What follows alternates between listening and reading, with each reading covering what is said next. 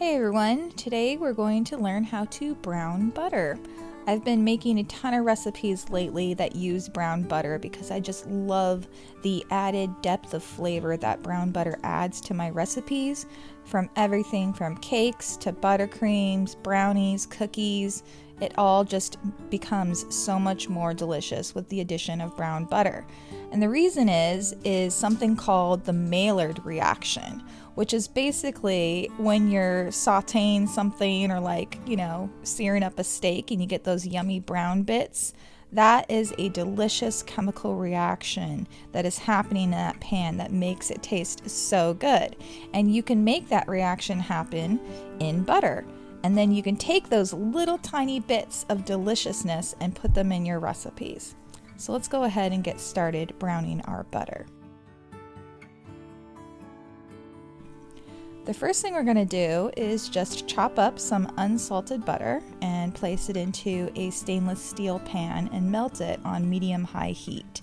And the reason we're using unsalted butter is because it becomes very concentrated. So if you're not using unsalted, you're just going to have some really salty browned butter, and we don't want that.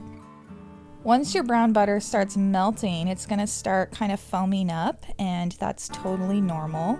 I just give it a whisk every now and then to just make sure that the milk solids are browning evenly and doing their thing.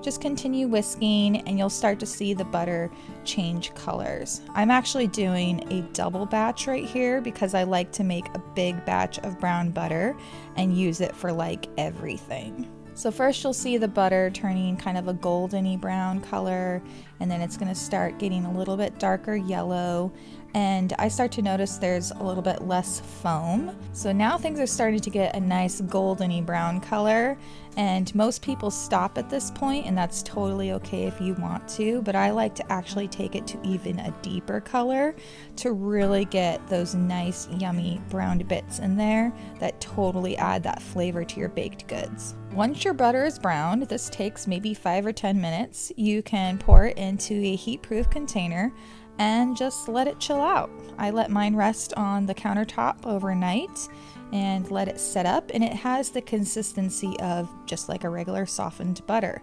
But you'll notice that all of those little brown bits have settled down to the bottom, so I always make sure I really scrape those up and incorporate it into my butter before I measure it out and add it to any of my baked recipes.